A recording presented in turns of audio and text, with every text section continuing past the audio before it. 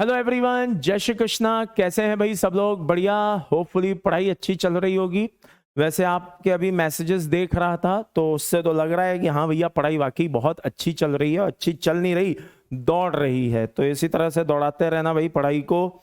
आइए शुरू करते हैं। आज हमारा नेक्स्ट लेक्चर है कोऑर्डिनेशन कंपाउंड का, जिसमें हम EAN और IUPAC के बारे में, EAN बोले तो effective atomic number, and IUPAC के बारे में पढ़ेंगे। लेकिन उससे पहले थोड़ा सा क्या किया जाए भैया, डाउट देख लिया जाए। ठीक है, तो मैं देख रहा था, कुछ मुझे डाउट्स मिले। एक डाउट पूछा जा रहा है, मतलब कसम से कह रहा हूं, ये डाउट पढ़ने के बाद मुझे ऐसा लगा कि जैसे इन सज्जन ने ऑर्गेनिक की हत्या कर दी, मतलब ऑर्गेनिक का दिल लगा के कत्ल कर दिया। कसम से कह रहा हूं, मैं नाम नहीं लूंगा इन सज्जन का। ये पूछ रहे हैं CH3COO माइनस की स्ट्रक्चर बताइए। चलो भैया, आपको डिसअपॉइंट नहीं करेंगे, बताए देते हैं इसकी स्ट्रक्चर क्या होती है। ये कुछ इस तरीके का होता है। और अगर कभी आपने ऑर्गेनिक पढ़ी हो, देखी हो, या आपने ये, अभी हम कहाँ तक आ गए बेटा, 5th लेक्चर तक आ गए, आपने शायद 2nd या 3rd लेक्चर देखा हो तो शायद उसमें भी आपको ये देखने को मिलेगा। खैर गजब। 2-3 बच्चों के मैंने डाउट्स देखे हैं, वो पूछ रहे हैं ABMO क्या होता है, व्हाट इज द ABMO। तो यकीन मानिए कि ये पूर्व जन्म के पाप नहीं है, ये इसी जन्म के पाप है, यकीन मानिए। ABMO होता है बेटा anti bonding molecular orbital. 11th class में जब हम MOT पढ़ते हैं, जो कि बहुत ही इंपॉर्टेंट पार्ट है, जिसमें से हर साल मेंस एडवांस में क्वेश्चन आते हैं। बोर्ड वाले भी अगर पेपर बनाते हैं तो इसमें से कभी ना कभी एक ना एक तो क्वेश्चन डालते ही डालते हैं। बहुत ही इंपॉर्टेंट टॉपिक है। ऐसा कैसे हो सकता है कि एक 12th के बच्चे ने अभी वो ना पढ़ा हो, इसके बारे में ना सुना हो?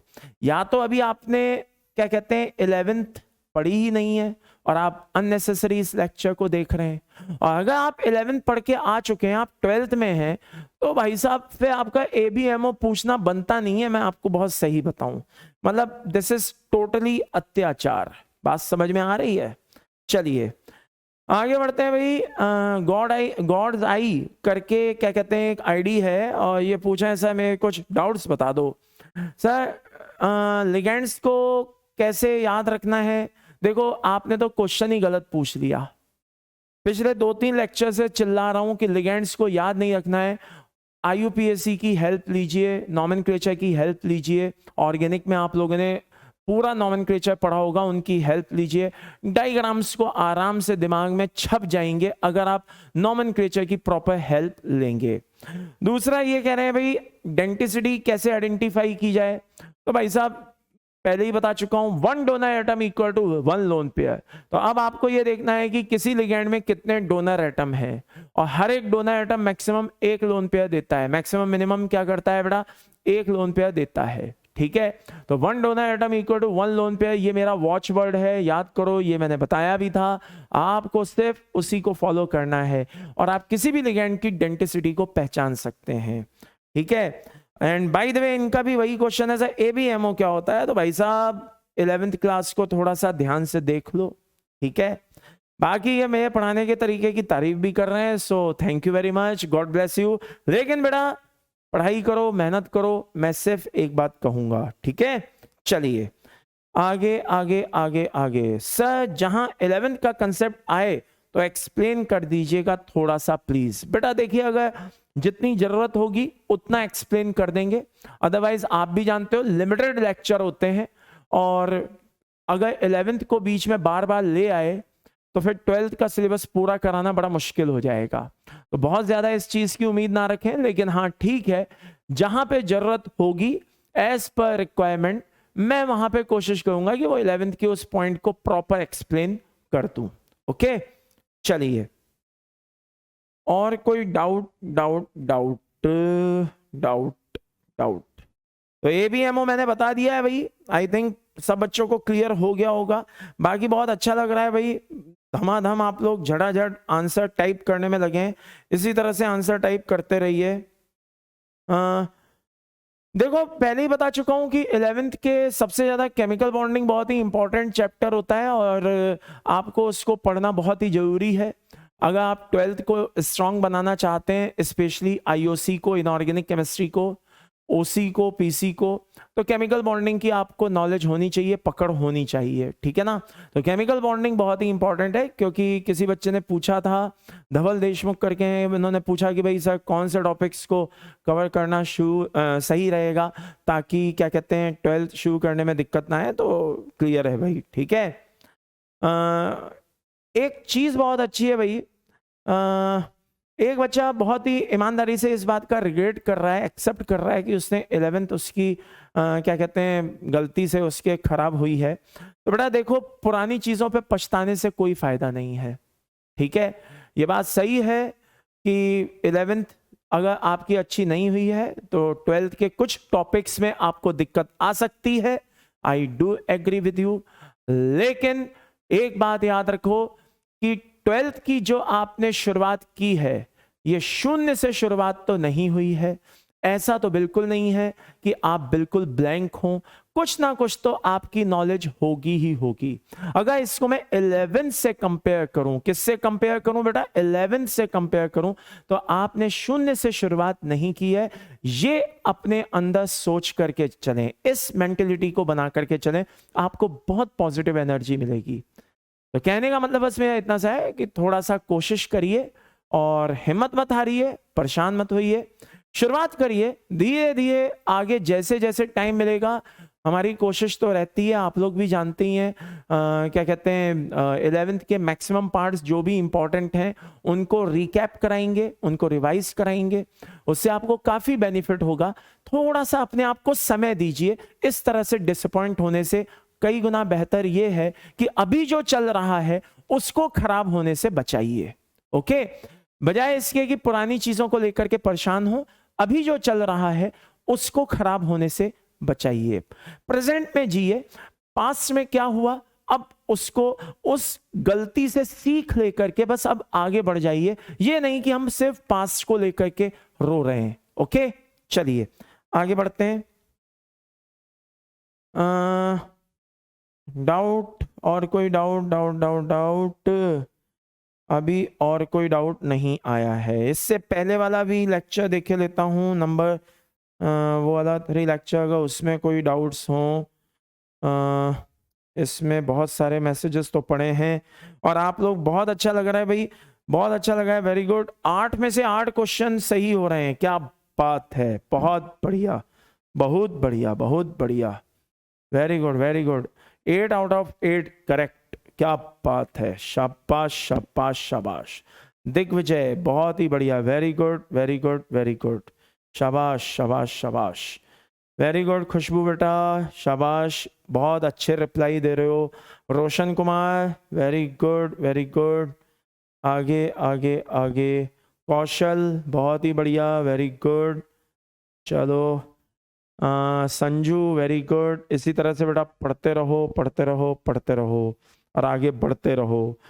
पढ़ोगे तभी आगे बढ़ोगे, ये बात ध्यान रखना। बहुत से बच्चों ने एबीएमओ के बारे में पूछा है, एंटी बॉन्डिंग मॉलिक्यूलर ऑर्बिटल के बारे में। भैया ऐसी क्या समस्या है, एमओटी नहीं पढ़ी क्या? जरा मैसेज करके बताना, एमओटी पढ़ी है या नहीं पढ़ी है। अगर एमओटी पढ़ी है तो फिर यार एबीएमओ के बारे में कैसे पूछ रहे हो, समझ में नहीं आ रहा। मतलब वो 11th का टॉपिक है, मेरे हिसाब से तो समझ में आ जाना चाहिए। चलो thank you, love you all, God bless you, बहुत बढ़िया, क्या बात है। डेविल बॉस कह रहे हैं सर 8 में से 8 करेक्ट, बहुत बढ़िया, बहुत बढ़िया, very good, very good. Priyanshu thank you very much, God bless you. कोई doubt, doubt doubt doubt doubt. PPT होता है बेटा, अभी अभी शायद बताया था, दोबारा बता देते हैं। पीपीटी का होता है प्रेसिपिटेट होता है, जो नीचे जाने पे सेटल हो जाता है, पानी में प्रॉपर डिसॉल्व नहीं होता है, ओके। और कोई डाउट नहीं है, डाउट, चलो ठीक है, मिलते हैं फिर, आगे बढ़ते हैं। और आइए ध्यान से देखिएगा भाई, बहुत ही इंपॉर्टेंट चैप्टर है ये, बहुत ही इंपॉर्टेंट लेक्चर है। इसमें हमें EAN के बारे में, इफेक्टिव एटॉमिक नंबर और नॉमेनक्लेचर के बारे में पढ़ना है। तो आइए शुरू करते हैं जल्दी से EAN से। अगर आपसे कोई पूछे भाई EAN क्या होता है, इफेक्टिव एटॉमिक नंबर क्या होता है, तो आप इसको इस तरह से समझिए कि कोई भी CMA है, वो CMA क्या करता है बेटा, कॉम्प्लेक्स बनाता है, ठीक है ना, लिगेंड के साथ एसोसिएट होकर के क्या करता है, कॉम्प्लेक्स बनाता है। एंड कॉम्प्लेक्स बनने के बाद उस CMA में टोटल नंबर ऑफ इलेक्ट्रॉन्स जो फाइनली दिखाई दे रहे हैं वो उसका इफेक्टिव एटॉमिक नंबर कहलाता है। Total number of electrons, I repeat, total number of electrons on central metal including those transfer from ligand, यानी कि फाइनली लिगेंड से CMA के एसोसिएट होने के बाद CMA में कितने इलेक्ट्रॉन्स हैं, टोटल कितने इलेक्ट्रॉन्स हैं, बस यही उसका EAN कहलाता है। एक बहुत सिंपल सा एग्जांपल लेता हूं, मान लो कि कोई एलिमेंट है और उसका एटॉमिक नंबर जस्ट इमेजिन 26 है, लाइक आयरन, और मान लीजिए कि उससे 5 CO जुड़ गए और एक CO क्या कर रहा है बेटा, सपोज एक लोन पेयर दे रहा है, तो 5 CO कितने देंगे, 5 लोन पेयर देंगे, यानी कि 10 इलेक्ट्रॉन देंगे। तो आयरन में कितना हो गया, 26, तो वो हो गया, प्लस उसके जो 10 इलेक्ट्रॉन उसको मिले वो हो गए, टोटल कितना हो गया, 36 हो गया। यही उसका EAN होता है। तो EAN को कैलकुलेट करने का बेटा ये एक फॉर्मूला मैंने दिया था। ये Z क्या होता है, एटॉमिक नंबर होता है, इसमें से ऑक्सीडेशन स्टेट को माइनस किया जाता है अगर वो पॉजिटिव है, अगर वो पॉजिटिव ऑक्सीडेशन है। बहुत से मेटल होते हैं, आपको मे भी जान करके आश्चर्य होगा, लेकिन दिस इज द रियलिटी कि बहुत से मेटल ऐसे होते हैं बेटा जिनकी ऑक्सीडेशन स्टेट क्या होती है, नेगेटिव भी पॉसिबल है। तो मान लो अगर ऑक्सीडेशन स्टेट पॉजिटिव है तो उतने इलेक्ट्रॉन हम माइनस कर देंगे, अगर नेगेटिव होगा तो उतने इलेक्ट्रॉन ऐड कर देंगे, and by the end summarise this coordination number को मल्टीप्लाई बाय 2 कर देंगे। अब आप बोलेंगे सर कोऑर्डिनेशन नंबर अभी थोड़ी देर में आने वाला है, ठीक है, याद करिए। वैसे कोऑर्डिनेशन के बारे में हम थोड़ा बहुत तो सुन ही चुके हैं, पढ़ ही चुके हैं। कोऑर्डिनेशन नंबर क्या होता है बेटा, कि कितने number of lone pair finally किसी CMA ने एक्सेप्ट किए। आई रिपीट, कितने number of lone pair CMA ने क्या किया बेटा, एक्सेप्ट किए। तो अभी कोऑर्डिनेशन नंबर थोड़ी देर में मैं जैसे ही अपन इस क्वेश्चन को सॉल्व करेंगे, इसके ऊपर जो क्वेश्चंस हैं सॉल्व करेंगे, तो मैं उसमें एक बात दोबारा से एक्सप्लेन कर दूंगा, आप निश्चिंत रहिए। तो EAN, इसको मैं थोड़ा सा शॉर्ट कर देता हूं। EAN क्या होता है बेटा, Z क्या है, एटॉमिक नंबर, करेक्ट। Z क्या है बेटा, atomic number minus oxidation state plus coordination number multiply by 2, correct. ये होता है कुल मिलाकर के। तो हमें बस इसी चीज को ध्यान रखना है बेटा कि कोऑर्डिनेशन नंबर क्या है, total number of lone pair जो CMA ने क्या किए हैं बेटा, एक्सेप्ट किए हैं, ठीक है। This is called coordination number. अब एक लोन पेयर को एक्सेप्ट करना मतलब एक कोऑर्डिनेशन नंबर, और एक लोन पेयर में कितने इलेक्ट्रॉन होते हैं, 2 इलेक्ट्रॉन होते हैं, यानी कि हमने क्या किया, जितने कोऑर्डिनेशन नंबर हैं उनको 2 से मल्टीप्लाई कर दिया। अब आप बोलेंगे सर इसका कोई एग्जाम्पल हो जाए, आइए तो मैं एक इसका आपको एग्जाम्पल दिए देता हूं। मान लो ये है K4FeCN6, ठीक है, K4FeCN6। तो आइए ध्यान से देखिए, जिन्होंने कोऑर्डिनेशन नंबर को पहले ध्यान नहीं दिया, ये वापस यहां पे ध्यान दीजिएगा कि कोऑर्डिनेशन नंबर क्या है, कैसे है, जरा ध्यान से देखिएगा। सबसे पहले क्या करिए, जो सेंट्रल मेटल एटम दिया है उसका एटॉमिक नंबर लिख लीजिए। तो सेंट्रल मेटल एटम का एटॉमिक नंबर कितना होता है बेटा, 26 होता है। आगे फिर इसकी ऑक्सीडेशन लिख लीजिए। तो ऑक्सीडेशन स्टेट मैं निकालना सिखा चुका हूं, पुराने जो पहले, इससे पहले जो लेक्चर आए उनको आप देख सकते हैं, मैंने ऑक्सीडेशन स्टेट निकालना सिखाया है। यहां पे ऑक्सीडेशन स्टेट कितनी है, +2, तो यानी कि 2 इलेक्ट्रॉन चले गए, तो -2 कर दिया हमने। आगे अब बात आती है कोऑर्डिनेशन नंबर की। तो मैंने कहा कि कोऑर्डिनेशन नंबर क्या होता है, कोऑर्डिनेशन नंबर होता है, पहले भी बता चुका हूं अभी भी बता रहा हूं, जरा ध्यान से सुनिएगा। कोऑर्डिनेशन नंबर होता है किसी CMA ने कितने लोन पेयर लिए। तो ये साइनाइड एक लोन पेयर दे रहा है, एक साइनाइड, तो 6 कितने देंगे बेटा, 6 लोन पेयर देंगे, तो यहां पे आपने 6 कर दिया, और एक लोन पेयर में 2 इलेक्ट्रॉन होते हैं, तो हम 6 को किससे मल्टीप्लाई कर देंगे बेटा, 2 से मल्टीप्लाई कर देंगे।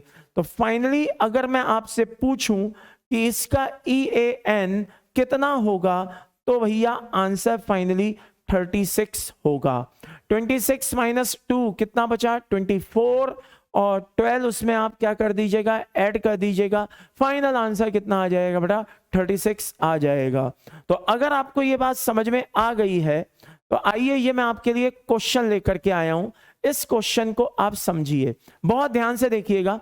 यहां पे बीते सालों में जो भी क्या कहते हैं कॉम्प्लेक्स जिनके कोऑर्डिनेशन नंबर पूछे गए, ऑक्सीडेशन स्टेट पूछी गई, या फिर EAN पूछा गया, मैं वो यहां पे कॉम्प्लेक्स आपके सामने लाया हूं। इनको ध्यान में रख करके आपको ये पूरी टेबल एक्सप्लेन करनी है। तो मैं इतना चाहूंगा कि ये देखिए मैं सामने से हट गया हूं, आप इसी समय क्या करेंगे, वीडियो को पॉज करेंगे, और वीडियो को पॉज करके क्या करेंगे बेटा, जो जो चीजें पूछी गई हैं सारी चीजें फिल करके रख लीजिए, और फिर मैं एक्सप्लेन करना शुरू करूंगा, और फिर आप क्रॉस चेक करिएगा कि आप कितने सही निकले या कितने गलत निकले। ओके, तो चेक करिएगा और मुझे बताइएगा यहां पे कितने कॉम्प्लेक्स है बेटा, 1 2 3 4 5 6 कॉम्प्लेक्स हैं। मेरे को मैसेज करके बताइएगा कि कितने कॉम्प्लेक्स के बारे में आप बिल्कुल सही साबित हुए, मुझे बताइएगा जरूर, ठीक है ना। तो ये जल्दी से वीडियो को पॉज करिए और शुरू हो जाइए। ओके, चलिए, आई थिंक आपने वीडियो को पॉज कर लिया होगा इतनी देर में और क्वेश्चन सॉल्व कर लिया होगा। अब मैं शुरू करता हूं। सबसे पहले चेक करते जाइए ऑक्सीडेशन स्टेट, ये साइनाइड है बेटा, ठीक है, -6 है, और यहां पे +4 है, यानी कि अंदर -6 होते हुए भी बाहर -4 है, यानी कि अंदर क्या होगा, +2। ये देखिए यहां पे -2 है, तो यानी कि कॉम्प्लेक्स पे +2 है। अमोनिया पे कोई चार्ज नहीं होता, तो यानी कि यहां पे जो कॉपर की ऑक्सीडेशन स्टेट है वो खुद ही +2 कंसीडर होगी।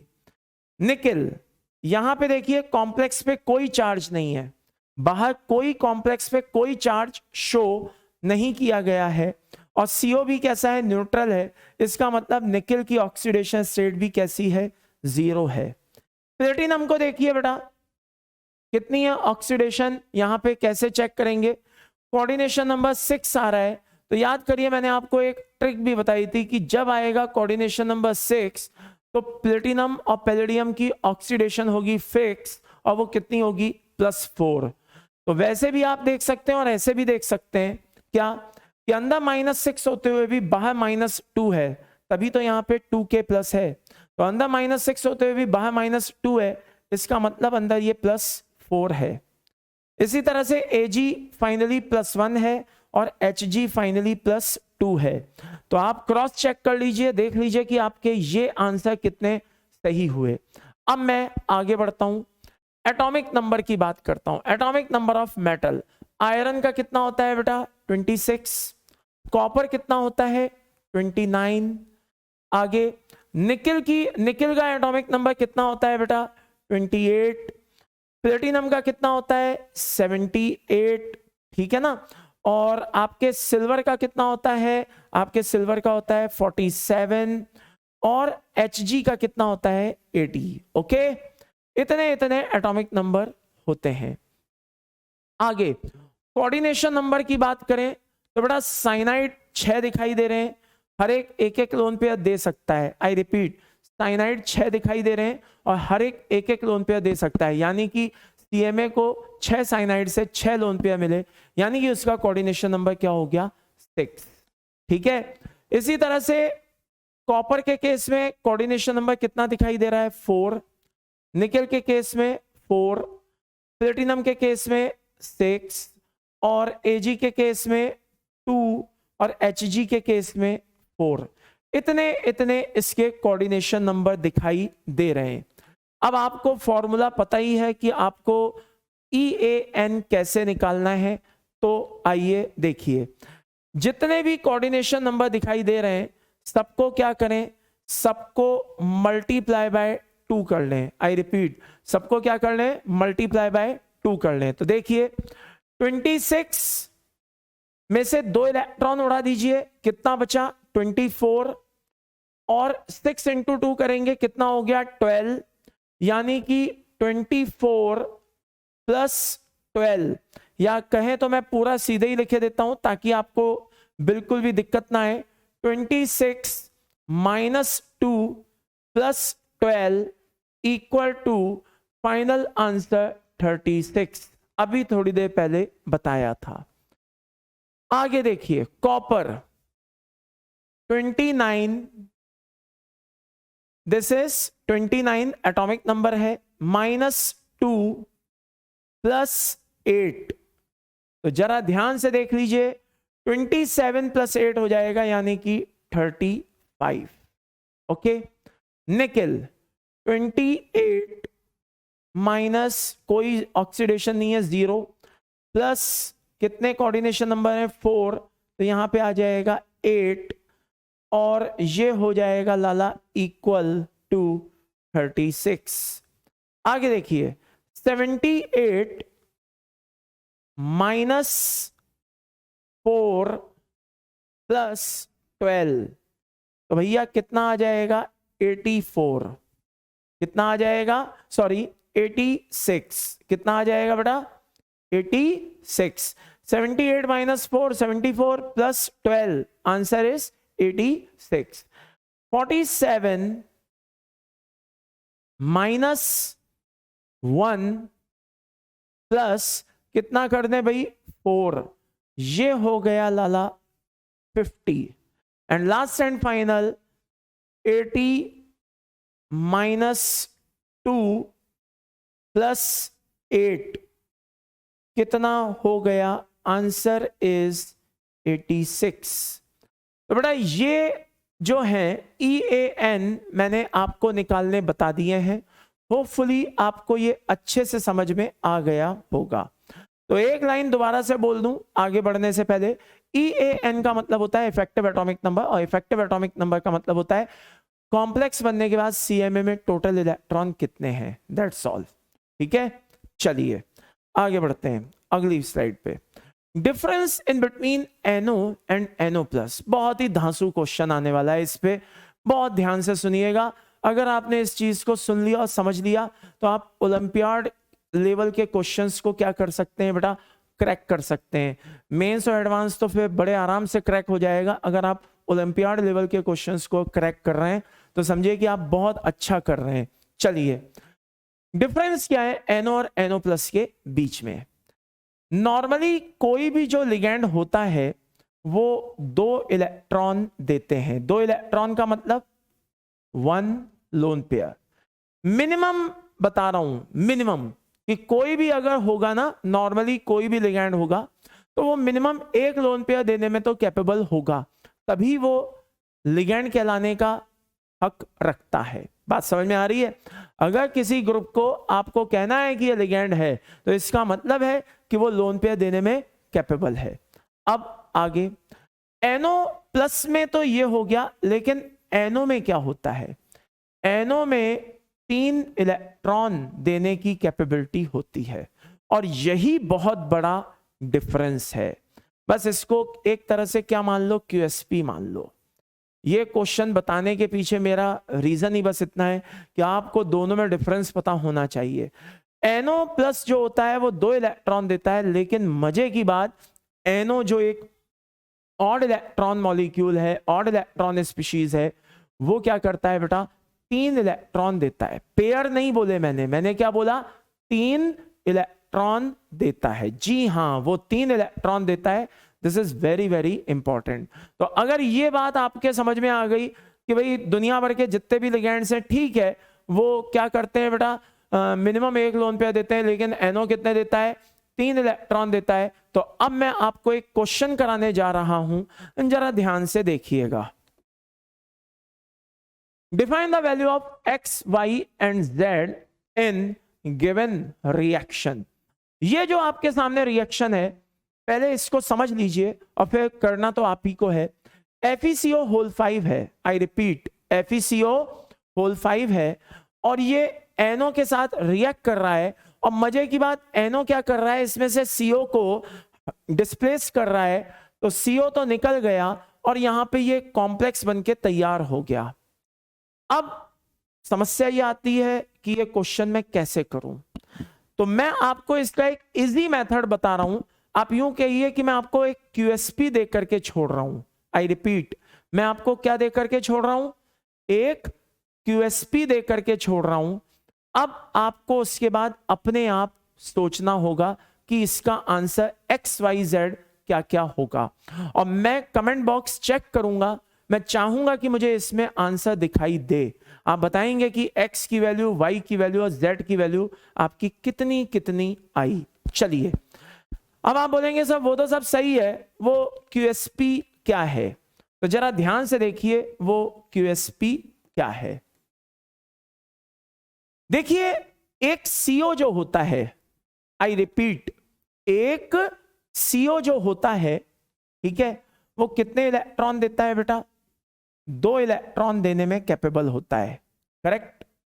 और एक NO जो होता है वो कितने इलेक्ट्रॉन देने में कैपेबल होता है बेटा, 3 इलेक्ट्रॉन देने में कैपेबल होता है। आप बिल्कुल बहुत बेसिक से बता रहा हूं, जरा ध्यान से सुनिएगा। एक CO कितने इलेक्ट्रॉन देने में कैपेबल होता है बेटा, 2 इलेक्ट्रॉन देने में कैपेबल होता है। और एक NO कितने इलेक्ट्रॉन देने में कैपेबल होता है भाई, 3 इलेक्ट्रॉन देने में कैपेबल होता है। तो अब मैं चाहता हूं कि मैं इन दोनों को बैलेंस कर दूं। क्या कर दूं, बैलेंस कर दूं। तो मैं इनको बैलेंस कैसे करूंगा, लाइक दिस। यानी कि क्या होगा, जरा ध्यान से देखना। 2NO, I repeat, 2NO equal होंगे, या मैं दोबारा लिखे देता हूं, just a second, 3CO equal होंगे 2NO के। अब ज्यादा अच्छा लग रहा है, ओके, लीजिए।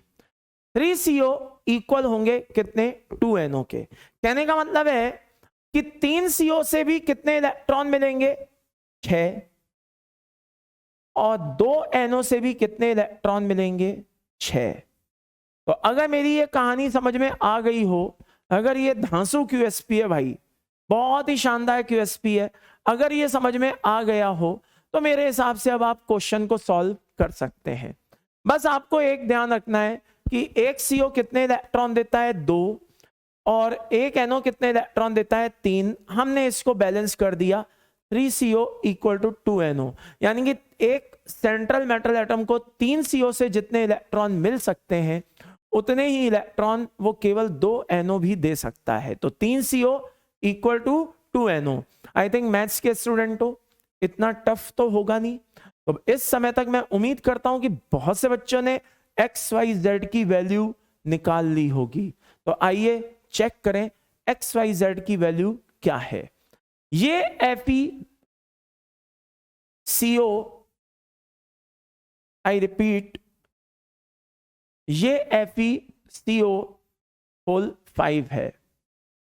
अब आप यहां पे जब 2 NO लाएंगे तो 2 NO लाने पे यहां से 3 CO को भगाएंगे, फाइनली यहां पे बचेगा FeCO होल ट्वाइस, और साथ में बचेगा बेटा क्या बनेगा, 2 NO, और साथ में निकलेगा 3 CO, करेक्ट।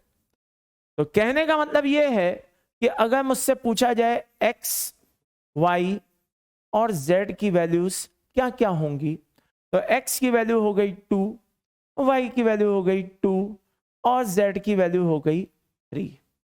तो मेरे हिसाब से आप में से किसी को भी इस तरह की दिक्कत नहीं आनी चाहिए। आई होप आप में से किसी बच्चे को इस तरह की अब दिक्कत नहीं आएगी कि यार ये क्वेश्चन समझ में नहीं आया, ये वो। ये QSP बहुत ही इंपॉर्टेंट है साहब। अगर आपने इस QSP को समझ लिया तो समझो इस क्वेश्चन को फोड़ दिया। मुझे कमेंट करके जरूर बताना कि कितने बच्चों ने केवल ये QSP देख करके ही फोड़ दिया था क्वेश्चन। मुझे ये कमेंट करके जरूर बताना कितने बच्चों को मेरा एक्सप्लेनेशन देखने की जरूरत नहीं पड़ी, सिर्फ उन्होंने QSP देख करके ही इसको फोड़ दिया। तो 2 NO 3 CO को रिप्लेस करेंगे, क्योंकि 2 NO बराबर होते हैं 3 CO के। तो अगर मेरी बात समझ में आ गई तो जल्दी से वीडियो को पॉज करिए और इस क्वेश्चन को सॉल्व करिए जल्दी। तो होपफुली आपने इस क्वेश्चन को सॉल्व कर लिया होगा। आइए मैं इस क्वेश्चन को एक्सप्लेन कर देता हूं। यहां पे पूछा गया है मिनिमम और maximum value of x in given reaction, यानी कि जो रिएक्शन दी गई है उसमें हमको क्या करना है बेटा, एक्स की मिनिमम और मैक्सिमम वैल्यू को बताना है। जरा ध्यान से देखिएगा, ये CrCO होल 6 है। आई रिपीट, ये CrCO होल 6 है और यहां पे XNO है। अब मिनिमम और मैक्सिमम वैल्यूज क्या होंगी, तो जरा ध्यान से देखिए। अगर x equal to minimum value क्या हो बेटा, 2 हो, यानी कि मिनिमम 2 NO उठा लूं। कितने NO उठा लूं, 2। तो यहां पे जो A कंपाउंड है वो क्या होगा, जरा ध्यान से देखना, बहुत ही ध्यान से देखिएगा। x इक्वल टू मैंने क्या ले लिया, 2 ले लिया। तो A यहां पे जो कॉम्प्लेक्स है वो क्या होगा, CrCO whole thrice NO whole twice. 3 CO निकल के बाहर। करेक्ट।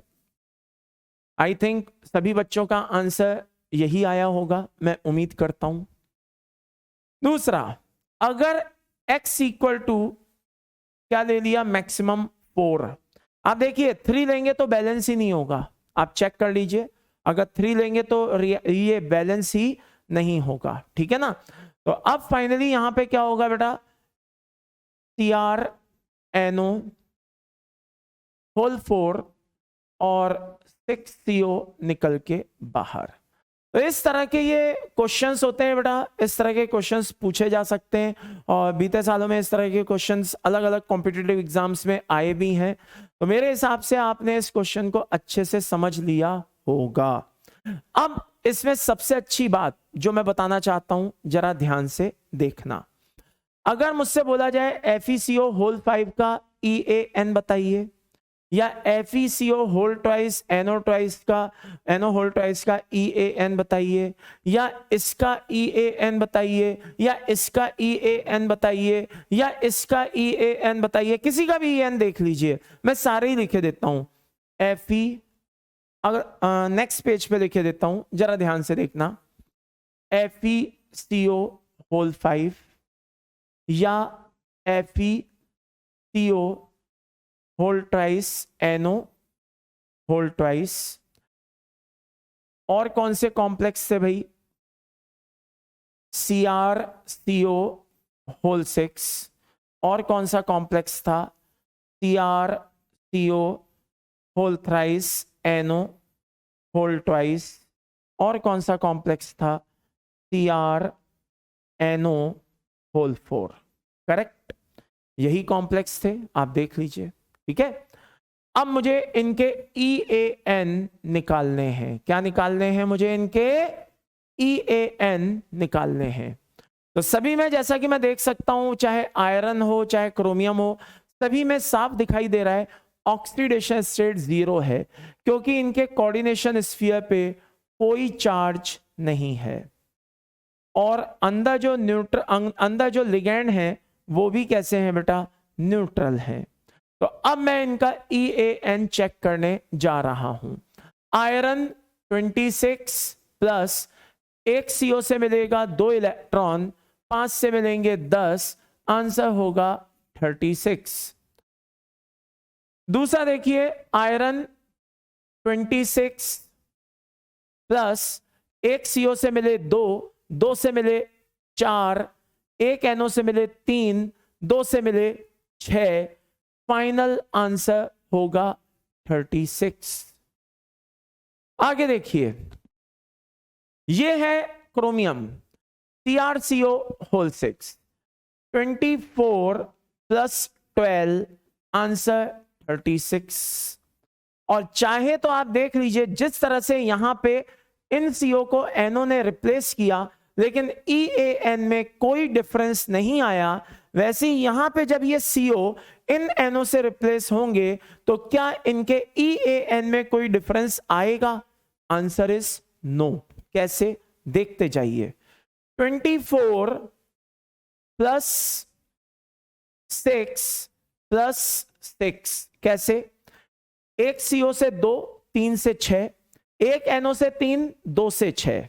Okay, final answer 36।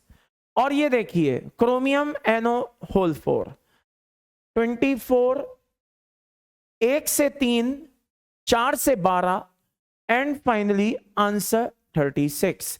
तो कहने का मतलब ये है कि EAN कांस्टेंट रहा, सेम रहा।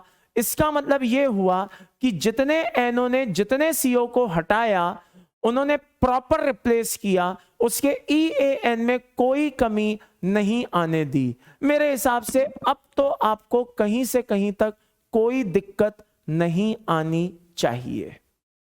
तो ये मैंने आपको लगे हाथ EAN भी बता दिया और यूज ऑफ NO भी बता दिया भाई कि किस तरह के NO को आपको यूज करना है, किस तरह के क्वेश्चंस पूछे जाते हैं। ओके, ये मैं आपके लिए क्या कहते हैं क्वेश्चन लाया हूं। इसमें क्या है? अच्छा, ये ओबे वाला पूछ रहा है। ओके ओके ओके ओके, जरा ध्यान से देखना भाई। कौन सा कॉम्प्लेक्स है जो EAN रूल को ओबे नहीं कर रहा? अब आप बोलेंगे यार ये क्या है, मतलब ये क्या चक्कर है, ओबे नहीं कर रहा, कहने का मतलब क्या है? जरा ध्यान से सुनिएगा। यहां पे हमें उस कॉम्प्लेक्स को देखना है, आई रिपीट, जो अपने इफेक्टिव एटॉमिक नंबर को, आई रिपीट, जो अपने इफेक्टिव एटॉमिक नंबर को अपने नियरेस्ट नोबल गैस के इक्वल नहीं कर रहा है। आई रिपीट, जो अपने इफेक्टिव एटॉमिक नंबर को अपने नियरेस्ट नोबल गैस के एटॉमिक नंबर के इक्वल नहीं कर रहा है। अब आप कहेंगे क्या मतलब? फॉर एग्जाम्पल जरा ध्यान से देखना, ये फर्स्ट ट्रांजिशन सीरीज है और इसमें स्कैंडियम से लेकर के कहां तक बेटा? जिंक तक के एलिमेंट होते हैं। और ये जो एलिमेंट होते हैं बेटा, इनका जो EAN है वो इनके नियरेस्ट नोबल गैस के एटॉमिक नंबर के इक्वल होना चाहिए। अब इनका nearest noble gas atomic number कौन है? 36। बहुत से ज्ञानचंद जो होते हैं, ज्ञानी बाबा जो होते हैं, वो क्या करेंगे? मुझसे पूछेंगे सर एक बात बताइए, जिंक का एटॉमिक नंबर कितना होता है? 30। ओके, इसका nearest noble gas atomic number कितना है? 36। ओके, तो सर अब एक बात और बताइए, स्कैंडियम का एटॉमिक नंबर कितना होता है? 21। 21 होता है ना सर? हाँ होता है। तो सर 21 का क्लोज कौन होता है? 18। तो सर आपने 21 के क्लोज को 18 ना मान करके आपने क्या मान लिया? 36। गलती कर रहे हो सर, आप तो बहुत बड़ी वाली गलती कर रहे हो। नहीं भाई, आप बहुत बड़ी वाली गलती कर रहे हो, मैं नहीं। कौन? आप बहुत बड़ी वाली गलती कर रहे हो। कैसे? आफ्टर ऑल मुझे एक बात बताओ, EAN होता क्या है? मुझे पहले ये बताओ EAN होता क्या है? EAN होता है total number of electron on central metal including those transfer from ligand. यानी कि लिगेंड से जितने इलेक्ट्रॉन्स उसको फाइनली जो मिले हैं, उसके बाद जो CMA के पास टोटल नंबर ऑफ इलेक्ट्रॉन्स हैं, वो EAN कहलाता है। तो मुझे एक बात बताइए, अगर कोई मेटल कॉम्प्लेक्स बना रहा है, अगर कोई मेटल कॉम्प्लेक्स बना रहा है, तो कॉम्प्लेक्स बनाने के बाद, आई रिपीट, कॉम्प्लेक्स बनाने के बाद इलेक्ट्रॉन बढ़ जाएंगे या घट जाएंगे? ऑब्वियसली सर बढ़ जाएंगे। तो बेटा 21 के जो है एटॉमिक नंबर, मान लो 21 है स्कैंडियम का, तो वो किसके क्लोज भागने की कोशिश करेगा? 18 के या 36 के? अरे हाँ सर, 36 के क्लोज भागने की कोशिश करेगा। चलिए आगे बढ़ते हैं। तो इस तरह के मन में डाउट्स आते हैं, नेचुरल है, लेकिन हमें परेशान नहीं होना है, चलिए, इसी तरह से सेकंड ट्रांजिशन सीरीज के जो एलिमेंट्स होते हैं वो अपना EAN किसके क्लोज रखना चाहते हैं? 54 के क्लोज रखना चाहते हैं। इसी तरह से थर्ड ट्रांजिशन सीरीज के जो एलिमेंट्स हैं वो अपना EAN किसके क्लोज रखना चाहते हैं? वो अपना EAN 86 के क्लोज रखना चाहते हैं। ओके, तो bye the and summary is this, यहां पे इधर कॉपर है, इधर क्रोमियम है, इधर आयरन है और इधर निकेल है। ये चार के चारों अपना EAN, आई रिपीट, अपना EAN किसके क्लोज रखना चाहेंगे? 36 के क्लोज रखना चाहेंगे या 36 रखना चाहेंगे। तो अगर इनमें से कोई ऐसा कॉम्प्लेक्स है जो अपना EAN 36 नहीं रखता है तो मैं बोल दूंगा कि वो कॉम्प्लेक्स EAN रूल को ओबे नहीं करता। मैं बोल दूंगा कि भाई ये EAN रूल को फॉलो नहीं करता। तो आइए देखे लेते हैं। ये कॉपर है बेटा +1, यानी कि कितना हो गया 29 -1, और कोऑर्डिनेशन नंबर कितना दिखाई दे रहा है 4, यानी कि मल्टीप्लाई बाय 2 करूंगा तो हो जाएगा 8। तो 28 + 8 कितना हो गया 36। तो यार ये तो ओबे कर रहा है। बात समझ में आई? आगे देखते हैं, आयरन को देखते हैं। +2 है और वैसे भी इसका EAN हम निकाल चुके हैं। 26 - 2 + 12 आंसर 36। ये भी EAN रूल को ओबे कर रहा है। Ni को देखते हैं। किसको देखते हैं?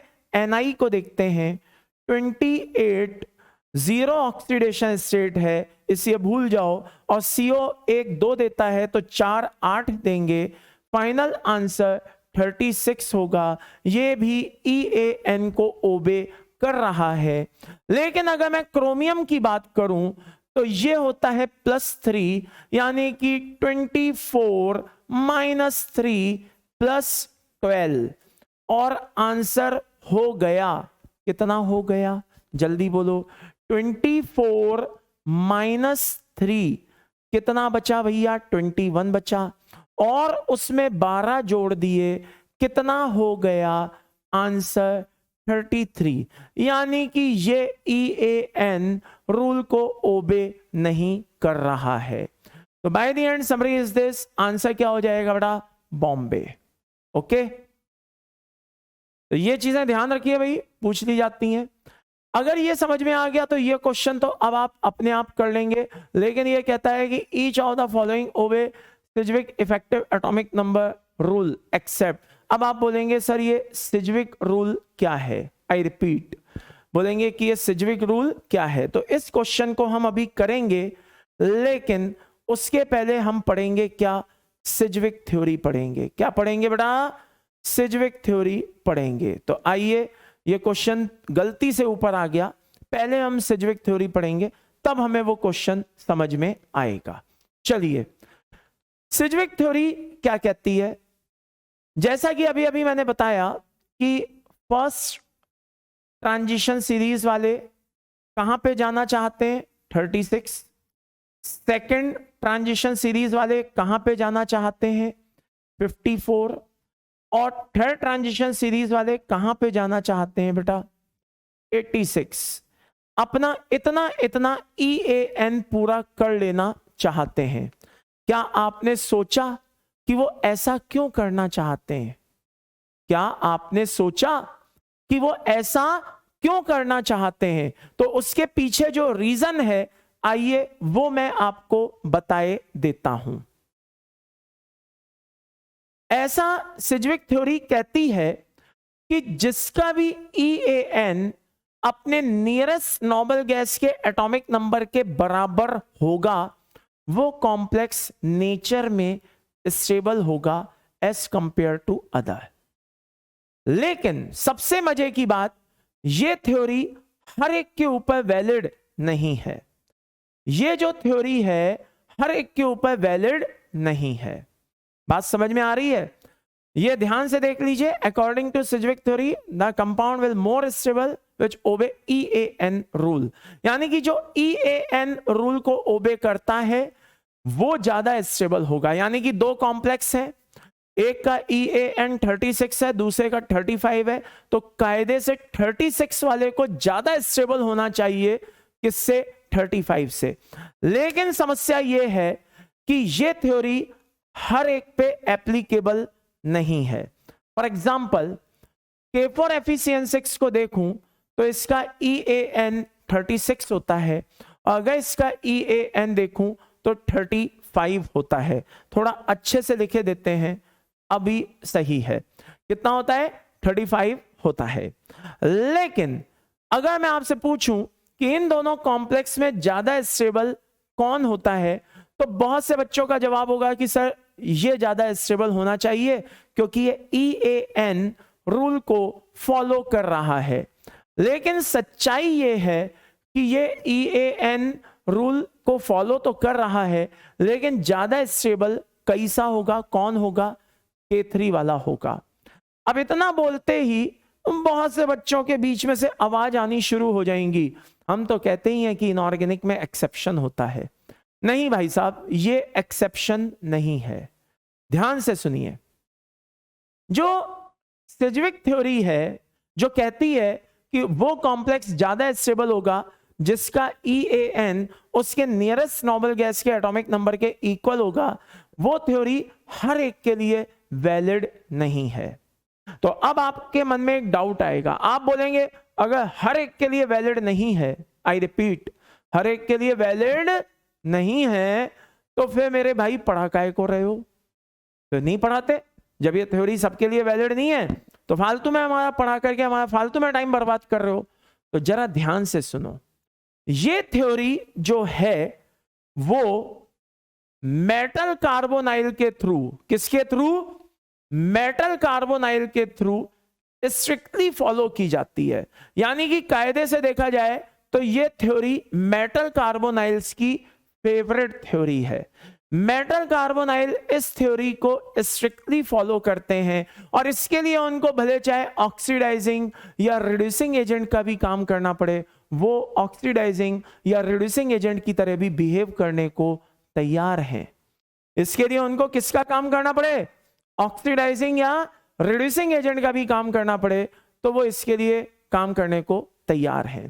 तो आप बोलेंगे सर वो तो सही है, सर पहले इसका तो क्लियर करो, इसकी क्या कहानी है, इसमें क्या करें? फिर अगर इस पे वैलिड नहीं है, ये ज्यादा वैलिड, ये इस पे वैलिड तो है नहीं और ये ज्यादा स्टेबल है, तो फिर ये क्यों स्टेबल है?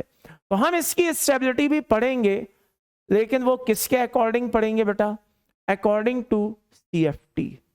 अब आप बोलेंगे साहब CFT क्या होती है? CFT होती है बेटा क्रिस्टल फील्ड थ्योरी होती है।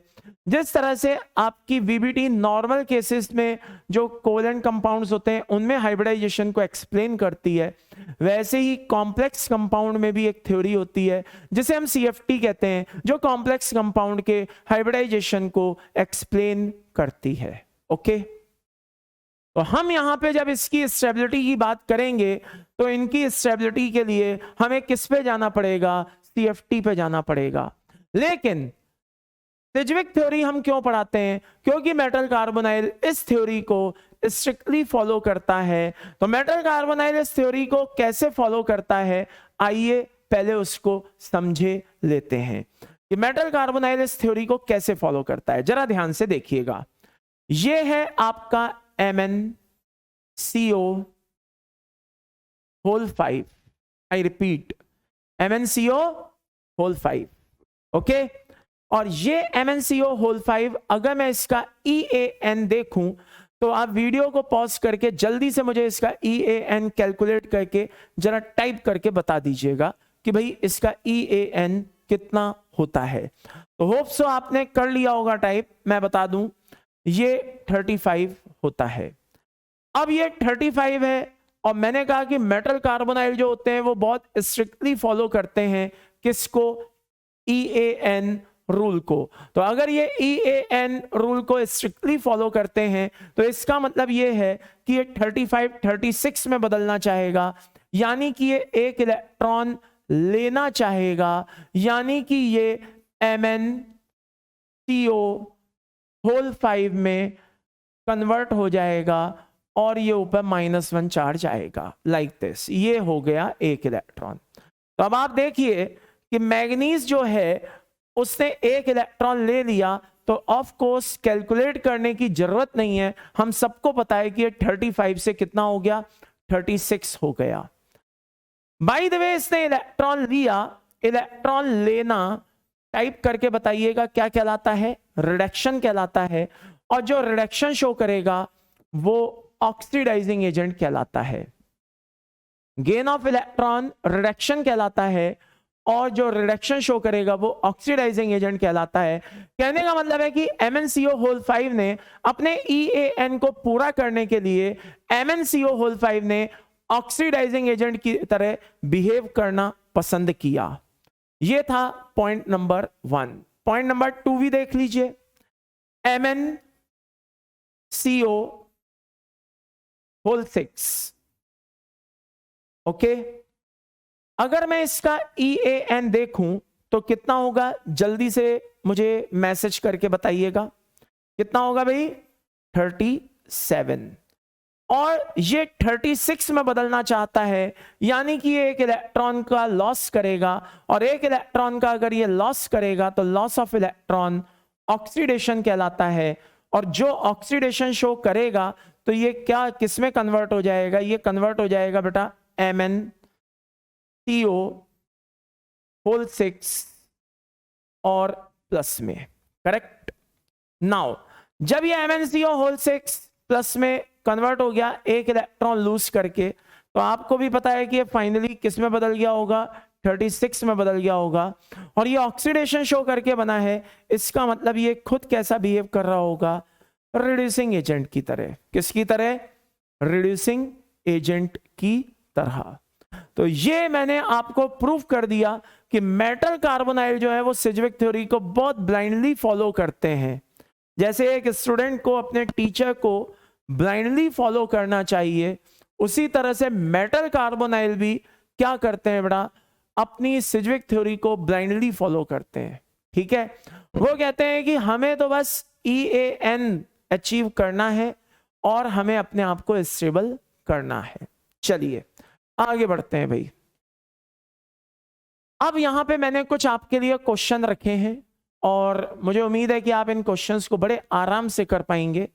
Define the value of x, y and z in given compound. मैं आपको एक सॉल्व करके बताऊंगा, फिर उसके बाद आप बाकी दो आप सॉल्व करके बताएंगे।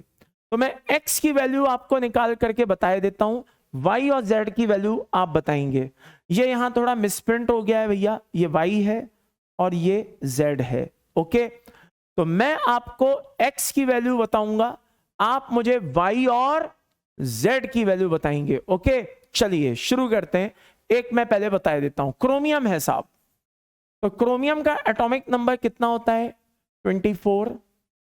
और जैसा कि आप देख सकते हैं यहां पे इसकी ऑक्सीडेशन स्टेट क्या है, 0, क्योंकि कॉम्प्लेक्स के ऊपर कोई चार्ज नहीं है।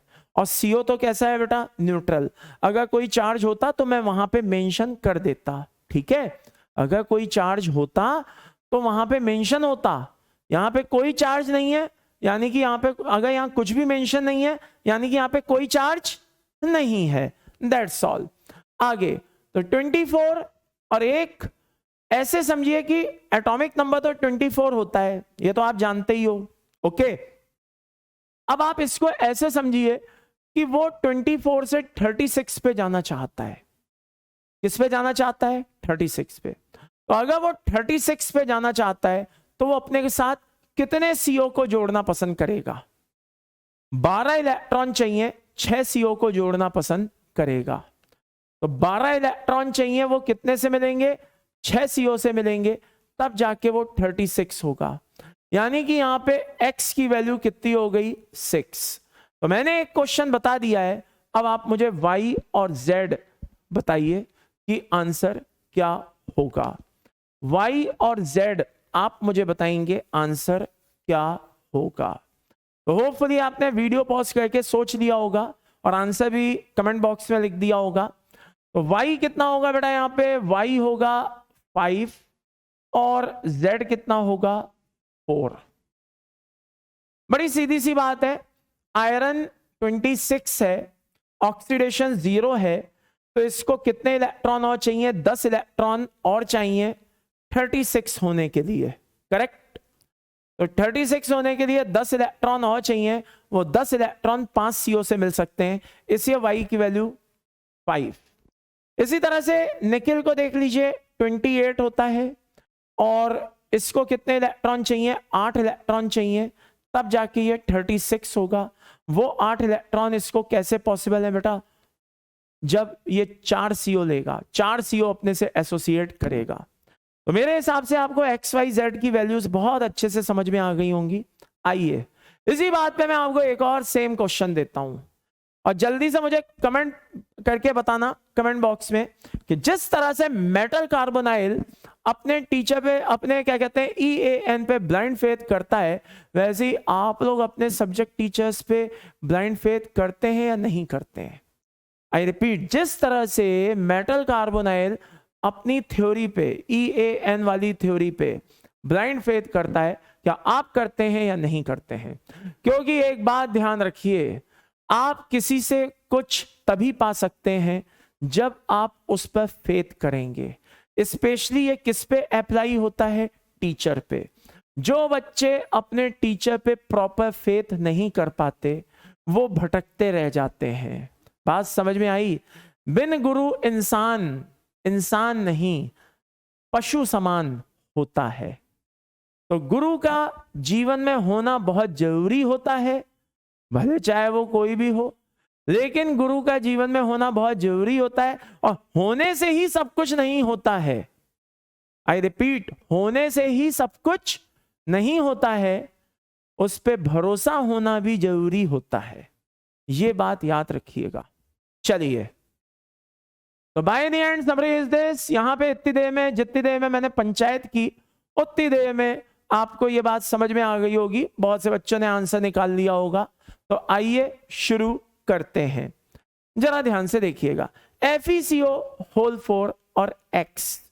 अब यहां पे अंदर वाली वैल्यूज उसने दी हैं, तो अब वो बाहर वाली वैल्यूज पूछ रहा है कि भाई बताओ इसमें कितने क्या चार्ज आएगा। तो आप ऐसे सोचिए कि आयरन 26 तो होता ही है, 4 CO बता रहा है, यानी कि 8 इलेक्ट्रॉन और हैं। तो 26 प्लस 8 कितने हो गए, 34। तो इसको कितने इलेक्ट्रॉन अभी और चाहिए कि ये क्या हो जाए, 36 के इक्वल हो जाए? कितने इलेक्ट्रॉन्स इसको अभी और चाहिए कि ये 36 के इक्वल हो जाए? तो x की वैल्यू इसको यहां पे कितनी चाहिए होगी लाला, 2 चाहिए होगी, तब ये टोटल 36 के इक्वल हो पाएगा। ये बात समझ में आई? x की वैल्यू यहां पे 2 रख दूं तो फाइनल आंसर कितना आ जाएगा, 36 आ जाएगा। लेकिन ध्यान रखिए, 2 इलेक्ट्रॉन चाहिए उसको, ले रहा है, यानी कि x इक्वल टू क्या होगा लाला, -2 कंसीडर होगा। I repeat, x equal to क्या कंसीडर होगा बेटा, -2। ओके, नहीं समझ में आया? हाँ बोलो कि सर यहां तो ऐड कर रहे हो, वहां -2 बता रहे हो। अरे 2 इलेक्ट्रॉन ऐड किए तो इलेक्ट्रॉन लेने पे माइनस चार्ज आएगा ना, तो वहां पे x की वैल्यू क्या होगी, -2। यानी कि उस कॉम्प्लेक्स को हम कैसे लिखेंगे, FeCO होल 4 2-। अब इतना देखते ही कुछ बच्चे बोलेंगे, अरे आयरन की ऑक्सीडेशन स्टेट क्या माइनस भी हो सकती है? हाँ, क्योंकि सर जो थ्योरी आप बता रहे हो उसके अकॉर्डिंग तो इसकी ऑक्सीडेशन यहां पे -2 होनी चाहिए। हाँ होती है, क्या दिक्कत है? हम ब्लॉक केमिस्ट्री में पढ़ेंगे, ये बात मैंने पहले भी बोली और अभी भी कह रहा हूं, हम पढ़ेंगे आगे, जैसे जैसे आगे बढ़ेंगे हम पढ़ेंगे, ठीक है। चलिए आगे देखिए, इसी तरह से अगर हम दूसरे कॉम्प्लेक्स को देखें तो भैया 27 तो पहले से है और 8 इलेक्ट्रॉन और मिल गए। कितने इलेक्ट्रॉन चाहिए, 1 इलेक्ट्रॉन और चाहिए ताकि वो 36 हो जाए। तो यहां पे y क्या होगा बेटा, -1 होगा। y क्या होगा, 1 होगा। और इसी तरह से Ni कितना है बेटा, 28 है, 8 इलेक्ट्रॉन मिल ही रहे हैं, 36 हो रहा है, यानी कि इसको कोई इलेक्ट्रॉन और नहीं चाहिए, मतलब Z बराबर 0 होगा, मतलब Z बराबर 0 होगा। आई रिपीट, Z बराबर क्या होगा, 0 होगा। तो ये चीज आपको अच्छे से समझ में आ गई होगी, उम्मीद करता हूं। तो आइए जरा क्वेश्चंस पे फोकस कर लें भाई, क्वेश्चन बहुत इंपॉर्टेंट होते हैं। जब भी आप किसी थ्योरी को पढ़ते हैं तो एक बात ध्यान रखिए, उससे रिलेटेड क्वेश्चन आपको लगाना बनता है। अगर आप उससे रिलेटेड क्वेश्चन नहीं लगाएंगे तो आपको थ्योरी में शार्पनेस नहीं आएगी। क्वेश्चन लगाइए तभी थ्योरी में शार्पनेस आएगी। मार्केट में खूब सारी बुक्स पड़ी हैं, खूब सारे क्या कहते हैं स्टडी मटेरियल अवेलेबल है। यूट्यूब पे भी, अब तो भाई आज का ऐसा जमाना है, यूट्यूब पे भी भरमार है, खूब सारे क्या कहते हैं वीडियो लेक्चर सब पड़े हुए हैं। लेकिन अगर आप अपनी थ्योरी स्ट्रांग करना चाहते हैं, चाहे वो किसी भी सब्जेक्ट की हो, तो उसकी सिर्फ और सिर्फ एक ही क्या कहते हैं रिक्वायरमेंट है, और वो है क्वेश्चन प्रैक्टिस। बस क्वेश्चन प्रैक्टिस पे फोकस करिए। सब्जेक्ट पे जितना कमांड चाहते हैं कि ज्यादा से ज्यादा कमांड आए, तो अगर सब्जेक्ट पे मैक्सिमम ग्रिप चाहते हैं तो सेल्फ स्टडी बहुत जरूरी होती है। और सेल्फ स्टडी का सबसे इंपॉर्टेंट पार्ट क्वेश्चन प्रैक्टिस होता है। क्वेश्चन प्रैक्टिस जितना करेंगे उतना पाएंगे। ठीक है, चलिए आगे बढ़ते हैं भाई। Define the value of x in given compound. जहां पे x कितनी है भाई, 0 है, 1 है, 2 है, 3 है, क्या है, कैसे निकालूं? हमें EAN पे फोकस करना होगा। पहले तो मैं ये चाहूंगा कि आप लोग वीडियो को पॉज करें, अपने दम पे इसका आंसर सोचें, और उसके बाद मुझे बताएं कि आप कितना अच्छे से कर पाए इस क्वेश्चन को। जल्दी से सोचिए। होपफुली आप लोगों ने वीडियो पॉज करके सोच लिया होगा। आइए अब मैं बताता हूं। हमें बेसिकली EAN पे फोकस करना होगा। किस पे फोकस करना होगा बेटा? हमें EAN पे फोकस करना होगा। EAN, आई रिपीट, EAN पे फोकस कैसे करेंगे? अभी मैंने बताया MnCO5, इसका EAN कितना है? 35। और ये किस में कन्वर्ट होना चाहता है? 36 में कन्वर्ट होना चाहता है। तो अगर ये 36 में कन्वर्ट होना चाहता है तो ये एक इलेक्ट्रॉन लेगा, यानी कि MnCO5 पे -1 चार्ज आएगा। तो वो -1 चार्ज नो डाउट किससे आया होगा? हाइड्रोजन से आया होगा। हाइड्रोजन प्लस में बदल गया होगा और उसे कहा होगा भाई तू मेरा एक इलेक्ट्रॉन ले ले। तो यहां पे H+ की जरूरत हमें कितनी पड़ेगी? सिर्फ एक H+ की, मतलब हाइड्रोजन की हमें कितनी जरूरत पड़ेगी? एक हाइड्रोजन की जरूरत पड़ेगी जो एक इलेक्ट्रॉन दे देगा। तो bye the and summary is this, ये कॉम्प्लेक्स बन करके तैयार हो गया, यानी कि यहां पे X की वैल्यू क्या होगी? 1 होगी, यानी कि सिर्फ एक हाइड्रोजन की जरूरत पड़ेगी। कितनी आसानी से हमने EAN की वजह से क्वेश्चन निकाल लिया। आगे बढ़ते हैं भाई, अगला। अब आता है EAN of polynuclear bridging complex compound. जो पॉलीन्यूक्लियर ब्रिजिंग कॉम्प्लेक्स कंपाउंड होते हैं उनमें EAN कैसे निकाला जाता है? तो अब पहला तो क्वेश्चन आपका यही होगा कि भाई पॉलीन्यूक्लियर या ब्रिजिंग कॉम्प्लेक्स कंपाउंड क्या होते हैं?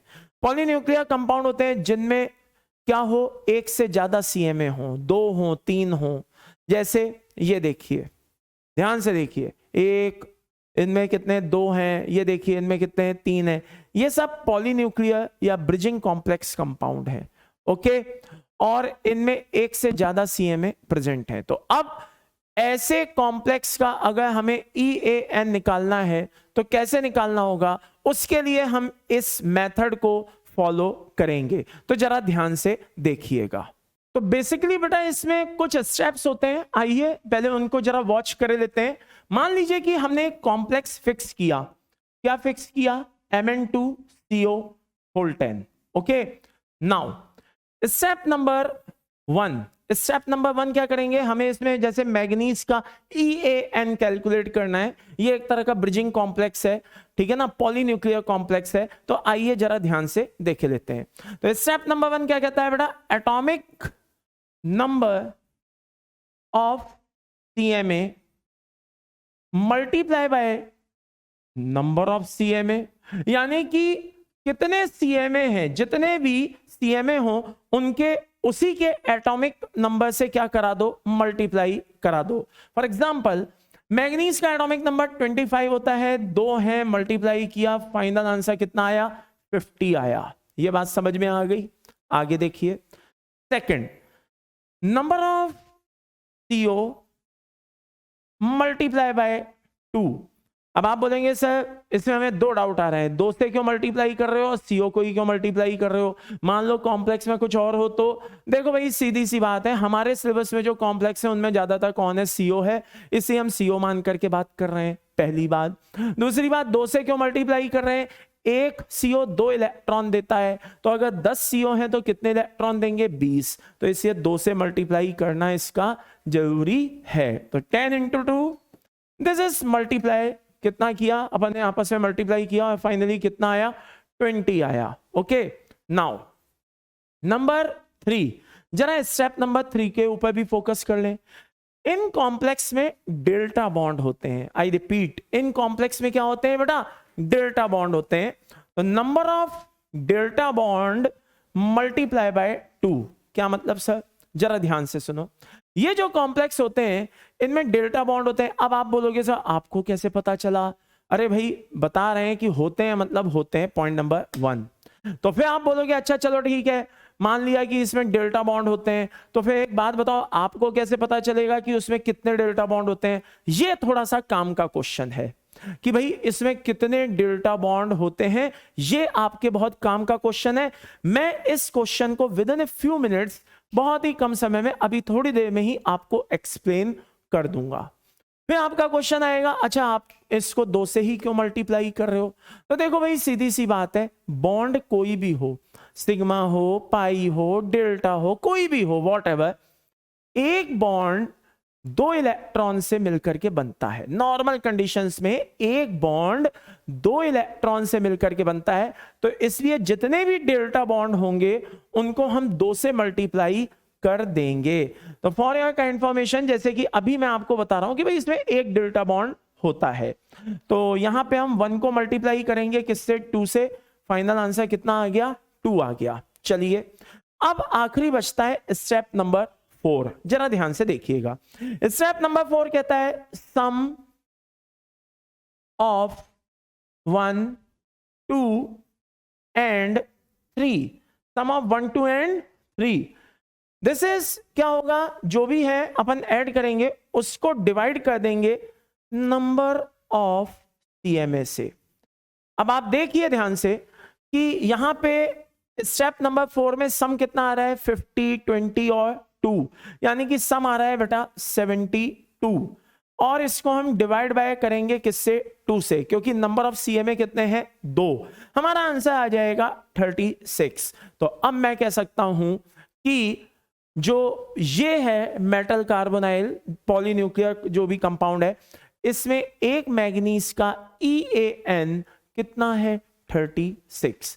ये मैं स्क्रीन के सामने से हट गया हूं, आप अच्छे से देख लीजिए ध्यान से, आपको स्टेप पता होना चाहिए, और ये स्टेप आपको हर एक कॉम्प्लेक्स पे अप्लाई करना है, चाहे कॉम्प्लेक्स 1, चाहे कॉम्प्लेक्स 2, चाहे कॉम्प्लेक्स 3, चाहे कॉम्प्लेक्स 4। अभी मैं इन सब की आपको स्ट्रक्चर भी बताऊंगा, निश्चिंत रहिए। लेकिन उसके पहले जो आपके मन में बहुत देर से क्वेश्चन चल रहा है, तो मुझे कैसे पता चलेगा कि इसमें कितने नंबर ऑफ डेल्टा बॉन्ड होते हैं, तो ये मुझे कैसे पता चलेगा सर, आइए बताए देते हैं, जरा ध्यान से देखिए। नंबर ऑफ डेल्टा बॉन्ड निकालने का अपना एक सिंपल सा फॉर्मूला होता है। क्या फॉर्मूला होता है, 18n minus valence shell electron divide by 2। Sir VSC तो समझ में आ गया कि वैलेंस शेल इलेक्ट्रॉन है, लेकिन ये n क्या है सर, आइए वो भी देख लेते हैं। n है बेटा number of CMA, I repeat number of CMA। Sir एक एग्जांपल बता दीजिए, मजा आ जाए। तो जरा ध्यान से देखिए, मैग्नीज वाले इस कॉम्प्लेक्स में मैंने नंबर ऑफ डेल्टा बॉन्ड कितना लिया बेटा, 1 लिया, जिसको 2 से मल्टीप्लाई किया क्योंकि वो 2 इलेक्ट्रॉन से बना होता है। ठीक है, तो मैंने 1 लिया, यानी कि इसमें एक डेल्टा बॉन्ड होना चाहिए। आइए चेक कर लेते हैं कि इसमें कितने डेल्टा बॉन्ड होते हैं। तो एग्जांपल है हमारा कौन सा बेटा, Mn2CO होल 10, और हमें इसमें क्या पता करना है बेटा, नंबर ऑफ डेल्टा बॉन्ड पता करने हैं। तो लगाइए ये फॉर्मूला, देखिए 18 मल्टीप्लाई बाय 2, 2 क्यों, क्योंकि मैग्नीज 2 हैं, मैंने बताया ना, n क्या है, नंबर ऑफ CMA। आगे माइनस वैलेंस शेल इलेक्ट्रॉन, इसको समझना बहुत जरूरी है, आई रिपीट इसको समझना बहुत जरूरी है, इंपॉर्टेंट है। जरा ध्यान से सुनिए, मैग्नीज जो होता है बेटा, उसका वैलेंस शेल 3d5 4s2 होता है। ये वैलेंस शेल क्या होता है, ये आप 11th में पढ़ चुके हैं, नहीं पढ़ा है तो थोड़ा सा मैं बता देता हूं। वैलेंस शेल होता है बेटा, हम उस शेल को कंसीडर करते हैं जो बॉन्डिंग में पार्टिसिपेट करता है। अगर मैं बात करूं मैग्नीज की, तो भाई ये 3d5 ही थोड़ी ना है, इसके पहले 3s भी है, 3p भी है, सब है, लेकिन हम उसको वैलेंस शेल कंसीडर नहीं कर रहे हैं। हम वैलेंस शेल किसको कंसीडर कर रहे हैं, हम वैलेंस शेल उसको कंसीडर कर रहे हैं जो बॉन्डिंग में इन्वॉल्व होते हैं। तो मैग्नीज के 4s ऑर्बिटल के इलेक्ट्रॉन बॉन्डिंग में इन्वॉल्व होते हैं, मैग्नीज के 3d ऑर्बिटल के इलेक्ट्रॉन बॉन्डिंग में इन्वॉल्व होते हैं। तो ये दोनों हमारे लिए वैलेंस शेल हो गए। तो वैलेंस शेल में कितने इलेक्ट्रॉन दिखाई दे रहे हैं लाला, 5 + 2 यानी कि 7 दिखाई दे रहे हैं। वैसे मैं आपको एक सिंपल सी ट्रिक भी बता दूं चलते चलते, वो सिर्फ ट्रिकी है और वो सिर्फ उन्हीं पे अप्लाई होती है जिनमें इलेक्ट्रॉनिक कॉन्फ़िगरेशन का एक्सेप्शन ना होता हो। अगर एक्सेप्शन है तो फिर वो मेरी बताई हुई ट्रिक उन पे अप्लाई नहीं होगी, मैं साफ कह दूं। जैसे मैग्नीज का एटॉमिक नंबर कितना होता है, 25, आई रिपीट मैग्नीज का एटॉमिक नंबर कितना होता है, 25। तो अब आप बोलेंगे कि आपको तो याद था सर, आपने सीधे 3d5 4s2 लिख दिया। मैं कहता हूं आप भी लिख सकते हैं। कैसे, मैग्नीज का एटॉमिक नंबर 25 होता है, इसको घुमा के लिख दो 5-2, वैलेंस शेल का कॉन्फ़िगरेशन आपको पता चल गया, 3d5 4s2। इसी तरह से मान लो आयरन होता, तो आयरन होता 26, घुमा के लिख दो 3d6 4s2। इसी तरह से कोबाल्ट होता 27, घुमा के लिख दो 3d7 4s2। इसी तरह से निकेल होता कितना, 28, घुमा के लिख दो 3d8 4s2। तो ये मतलब एक सिंपल सी चीज होती है, लेकिन ये ट्रिक है। ट्रिक हर जगह अप्लाई हो, एप्लीकेबल हो, अप्लाई हो, ये जरूरी नहीं है। ये बात क्लियर है सभी को। चलिए अब आगे बढ़ते हैं। तो n क्या है बेटा, नंबर ऑफ CMA, और हमने यहां पे मल्टीप्लाई बाय 2 कर दिया। वैलेंस शेल में इलेक्ट्रॉन हमें पता चल गए, मैग्नीज में कितने हैं, 7। अब एक में 7 है तो 2 में कितने होंगे, 14 प्लस वैलेंस शेल में उन इलेक्ट्रॉन्स को भी हम कंसीडर करेंगे जो CO से मिले। एक CO से 2 मिलते हैं, अरे भाई CO किसको दे रहा है, मैग्नीज को दे रहा है ना, तो मैग्नीज में कहां दे रहा है, वैलेंस शेल में दे रहा है, तो उनको भी काउंट करेंगे उन इलेक्ट्रॉन्स को। तो एक CO से 2 मिले, 10 से कितने मिले, 20, ये लो भैया लगा दिए यहां पे 20। एंड फाइनली क्या कर दिया, डिवाइड बाय 2 कर दिया। तो अगर मैं गलत नहीं हूं तो इसको जब आप क्या कहते हैं फाइनली सॉल्व करेंगे, 36 माइनस 34 डिवाइड बाय कितना हो जाएगा, 2, आंसर 1 आ गया साहब, delta bond 1। Bye the and summary is this, मैंने आपको EAN कैसे कैलकुलेट करते हैं वो भी बता दिया, उसमें डेल्टा बॉन्ड कैसे फाइंड आउट करते हैं वो भी बता दिया। अब आपको इन दोनों का फायदा उठाते हुए क्या करना है, हर एक कॉम्प्लेक्स का EAN कैलकुलेट करना है। तो EAN तो मुझे पता है कि आप कैलकुलेट कर लोगे, लेकिन आपको एक स्ट्रक्चर का भी आइडिया होना चाहिए। तो मैं हर एक की स्ट्रक्चर बनाए देता हूं ताकि आपको स्ट्रक्चर भी पता चल जाए कि भाई आखिरकार इनकी स्ट्रक्चर होती कैसे है। तो ये ध्यान से देख लीजिए, ये मैं बना रहा हूं किसकी, Mn2CO होल 10 की, ओके, लाइक दिस। अब आप बोलेंगे सर इसमें डेल्टा बॉन्ड का है, बेटा ये डेल्टा बॉन्ड बीच में है। इसी तरह से मैं Fe2CO होल 9 की बनाए देता हूं, ये आयरन, ये भी आयरन, और यही इनके बीच में क्या है, डेल्टा बॉन्ड। ये आप देख सकते हैं CO ऐसे जुड़ा हुआ है, दो Fe से एक साथ जुड़ा हुआ है। इस समय ये CO ब्रिज लिगैंड कहलाता है। आई रिपीट, क्या कहलाता है बेटा, ब्रिज। ब्रिज क्या करता है, दो किनारों को जोड़ता है।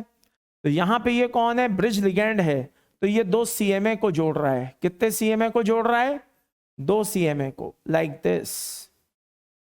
EAN तो आप निकाल ही लेंगे, और डेल्टा बॉन्ड भी आपको दिखाई दे ही रहे हैं। ओके, इसी तरह से कोबाल्ट की बात करते हैं बेटा, इसकी दो तरह की स्ट्रक्चर होती हैं। कितनी तरह की स्ट्रक्चर होती हैं, दो। पहली अगर मैं सॉलिड में देखूं, किस में देखूं, सॉलिड में कैसी होती है इसकी स्ट्रक्चर, कुछ इस तरह की होती है। ये कोबाल्ट, और ये इसमें ब्रिज कॉम्प्लेक्स, ये ब्रिज लिगैंड हो गया, लाइक दिस, ठीक है। और 1 2 3, 1 2 3, ये लीजिए, ओके। और इसी तरह से यहां पर भी ये लीजिए। और अगर मैं इसको हेक्सेन के सॉल्यूशन में, लिक्विड में डिसॉल्व कर दूं, हेक्सेन में डिसॉल्व कर दूं, तो उस समय इसकी कंडीशन कैसी होती है, या इसकी स्ट्रक्चर कैसी होती है, ऐसी होती है, कैसी, ऐसी। ये लीजिए, तो डेल्टा बॉन्ड दोनों ही कंडीशन में प्रेजेंट है। कौन सा है सर डेल्टा बॉन्ड, अरे भाई ये वाला है। और इसके EAN पे कोई असर नहीं पड़ेगा, बात वही रहेगी। दोनों ही कंडीशन में आप इसका EAN चेक करके देख लीजिए, सेम रहेगा। इसी तरह से आयरन की बात करें, कितने आयरन है बेटा, 3 आयरन है।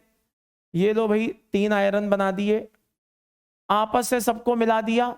ये जो मैं आपस में सबको मिला रहा हूं, बस इसी को हम डेल्टा बॉन्ड कंसीडर करते हैं।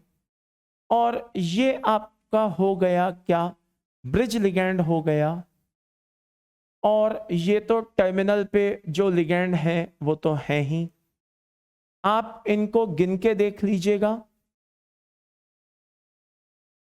ओके, तो आपको टोटल कितने मिलेंगे भैया, 12 लिगैंड ही मिलेंगे। ये लो, ध्यान से देख लो, 12 CO दिखाई दे रहे हैं, और ये सब बीच में क्या है, डेल्टा बॉन्ड। तो अब आपको डेल्टा बॉन्ड दिखाई भी दे रहे हैं, और कैलकुलेट करने का तरीका भी आपको पता है, प्लस आपको EAN भी निकाल करके देखना है। वैसे मैं आपको बता दूं, एक बहुत शानदार चीज बता दूं, आप बोलोगे सर ये पहले क्यों नहीं बताई, तो मैं इसलिए नहीं बताई, मैं चाहता था कि आप उस स्टेप को प्रॉपर वॉच करें, इसलिए मैंने जानबूझ करके ये मैंने आपको सब कुछ नहीं बताया था। मैं चाहता था कि आप इसको भी वॉच करें, मैं चाहता था कि आप इसको भी ध्यान से देखें। अदरवाइज मैं आपको एक बहुत शानदार चीज पहले ही बता सकता हूं, और उसके बाद आपको कभी किसी चीज की जरूरत पड़ेगी नहीं, ना डेल्टा बॉन्ड की जरूरत पड़ेगी ना किसी चीज की। अब वो क्या है, आपने एक लाइन पढ़ी अभी थोड़ी देर पहले मैंने पढ़ाई, EAN, क्या पढ़ाया, EAN। और EAN में जब मैंने सिज्विक थ्योरी को बताया तो मैंने क्या बताया, मैंने कहा मेटल कार्बोनाइल के थ्रू ये स्ट्रिक्टली फॉलो होता है। तो अगर मेटल कार्बोनाइल में CMA फर्स्ट ट्रांजिशन सीरीज का है, तो भाई इसको 36 होने से कोई नहीं रोक सकता। अगर कोई मान लीजिए सेकेंड ट्रांजिशन सीरीज का होता तो वो 54 होना चाहता, अगर वो थर्ड ट्रांजिशन सीरीज का होता तो वो 86 होना चाहता। तो याद करिए, मैंने थोड़ी देर पहले बताया था कि मेटल कार्बोनाइल EAN थ्योरी को स्ट्रिक्टली फॉलो करते हैं, यस और नो बताया था। तो यानी कि आपको इन सबका EAN निकालने की जरूरत नहीं है, वो वैसे भी, आई रिपीट, वो वैसे भी अगर आप उनको देखोगे तो वो 36 ही दिखाई देंगे। कंडीशन अप्लाई, इनका CMA किसका होना चाहिए, फर्स्ट ट्रांजिशन सीरीज का होना चाहिए, दैट्स ऑल। ओके, चलिए, ये कुछ क्वेश्चन हैं जो पिछले कुछ सालों में, बीते सालों में आए हैं, और ये आपको पता होने चाहिए। मेंस 2019 में ये क्वेश्चन आया था बेटा, ठीक है। The number of bridging CO ligands कितने हैं, क्या हैं, CO-CO बॉन्ड्स कितने हैं इन CO2 CO होलेट में रेस्पेक्टिवली आर। तो भाई देखो ऐसा है, मैं आपको बहुत ही क्लियर कर दूं, बहुत ही क्लियर। क्या बहुत से बच्चों को लगता है यार डेल्टा बॉन्ड पता नहीं सिलेबस में है या नहीं है, पता नहीं पूछा जाता है नहीं पूछा जाता है। तो मैं आपको बता दूं 2019 में आया हुआ क्वेश्चन है। बात समझ में आ रही है? तो आप ध्यान से देख सकते हैं, ब्रिजिंग CO पूछे हैं और CO बॉन्ड पूछे हैं इन CO2 CO होलेट रेस्पेक्टिवली। तो जो नॉर्मल कंडीशन होती है, अब आप बोलेंगे सर उसकी तो 2 कंडीशन होती हैं, तो हम उसकी नॉर्मल कंडीशन की बात कर रहे हैं। अगर हम उसको हेक्सेन में डिसॉल्व कर रहे हैं तो उसकी स्ट्रक्चर अलग बनेगी, लेकिन अगर हम उसकी नॉर्मल कंडीशन देखें तो नॉर्मल कंडीशन तो वही फॉलो होगी जो मैंने सॉलिड स्टेट में बताई है। तो वहां पे अगर मैं ध्यान से देखूं तो ब्रिजिंग कॉम्प्लेक्स, ये जो इसमें ब्रिजिंग CO होते हैं वो 2 होते हैं, और जो इसमें CO बॉन्ड होता है वो कितना होता है? 1 होता है। तो फाइनल आंसर इसका कितना आना चाहिए? C आना चाहिए, और वही इसका आंसर होता है। तो भाई साहब बहुत से ज्ञानी बाबा होते हैं जो ये ज्ञान दे देते हैं कि ज्ञानी बाबा इन द सेंस जो स्टूडेंट्स होते हैं वो टीचर को ज्ञान दे देते हैं, ये डेल्टा बॉन्ड क्यों पढ़ा रहे हैं, ये फालतू में ये क्यों बता रहे हैं, ये कब सिलेबस में है। भाई साहब देख लीजिए 2019 में आया हुआ क्वेश्चन है, कहीं से कुछ भी चीजें उठा के पूछ ली जाती हैं, इंसान को मेंटली प्रिपेयर होना बनता है। ओके चलिए आगे बढ़ते हैं नेक्स्ट क्वेश्चन पे। Effective atomic number CO whole 4 is 35। बहुत ध्यान से देखिएगा, बहुत ही शानदार क्वेश्चन है। CO whole 4 25। तो बताइए ये इस कंडीशन में कैसा है? लेस स्टेबल है? हाँ है। तो बताइए ये स्टेबिलिटी के लिए क्या क्या काम कर सकता है? अब थोड़ा सा दिमाग के घोड़े दौड़ाओ, मैंने पहले ही आपको बताया हुआ है, थोड़ा सा देखो सामने आपके ऑप्शन दिखाई दे रहे हैं, और वीडियो को पॉज करो और आंसर को सोचो। तो जहां तक मुझे लगता है कि आपने इतनी देर में अच्छे से सोच लिया होगा, आइए देखते हैं। बेटा CO होल 4 जो है वो 35 है। 35 मींस कि इसको 36 होना बनता है, तो ये एक इलेक्ट्रॉन लेगा। इलेक्ट्रॉन लेना रिडक्शन कहलाता है। आई रिपीट, इलेक्ट्रॉन लेना क्या कहलाता है बेटा? रिडक्शन कहलाता है। यस और नो? समझ में आया? तो रिडक्शन ऑफ कोबाल्ट, कोबाल्ट का क्या होगा बेटा? रिडक्शन होगा। ये बात समझ में आ गई। दूसरी बात, ये एक काम और भी कर सकता है अपने आप को स्टेबलाइज करने के लिए। रिडक्शन करने से तो क्या होगा बेटा? CO होल 4 किसमें बदल जाएगा? CO होल 4 माइनस में बदल जाएगा, यानी कि 35 36 में हो जाएगा, तो रिडक्शन करेगा। एक काम और भी कर सकता है कि ये डाइमराइज हो जाए। किसमें बदल जाए? CO2 CO whole 8। कहते हैं ना एक से भले 2। तो जब ये अपनी जैसे दूसरे मॉलिक्यूल के साथ जुड़ जाएगा तो इसमें और ज्यादा स्टेबिलिटी आ जाएगी। तो ये दोनों काम करके अपने आप को स्टेबलाइज कर सकता है। तो the final answer is B and C, यानी कि बोथ D। तो मेरे हिसाब से आई थिंक आप में से बहुत से बच्चों का ये क्वेश्चन सही हो गया होगा। कमेंट बॉक्स में मुझे कमेंट करके जरूर बताना। सेम ऐसा ही एक क्वेश्चन मैंने आपको अपनी तरफ से दिया है, मैं चाहता हूं कि आप इसको प्रैक्टिस करें। इस तरह की चीजें पूछी जाती हैं, ठीक है ना? ये क्वेश्चन हो गया, इसी तरह से ये क्वेश्चन बहुत ही इंपॉर्टेंट क्वेश्चंस होते हैं, बहुत ध्यान से देखिएगा। चलिए, MnCO whole 5 can attain more stability by, कैसे हो सकता है? एक मैंने बता दिया है, एक आपको करना है। जल्दी से वीडियो को पॉज करें। देखिए मैं स्क्रीन के सामने से हट गया हूं, और जल्दी से वीडियो को पॉज करें, अपने दम पे सोचें। तो आई थिंक आपने सोच लिया होगा। आइए शुरू करते हैं। जो MnCO होल 5 है, आई रिपीट MnCO होल 5, उसका EAN इफेक्टिव एटॉमिक नंबर कितना आ रहा है? 35। अगर 35 आ रहा है तो नो डाउट इन इट वो क्या करना चाहेगा बेटा? वो क्या कहते हैं, एक इलेक्ट्रॉन लेना चाहेगा, और इलेक्ट्रॉन लेकर के वो किस में बदलना चाहेगा? MnCO होल 5 माइनस में बदलना चाहेगा। तो MnCO होल 5 जो अपने आप में कितना है इसका EN 35, ये इलेक्ट्रॉन लेकर MnCO होल 5 माइनस में कन्वर्ट होना चाहेगा। एक इलेक्ट्रॉन लेना यानी कि क्या कहलाता है? रिडक्शन। इलेक्ट्रॉन लेना क्या कहलाता है?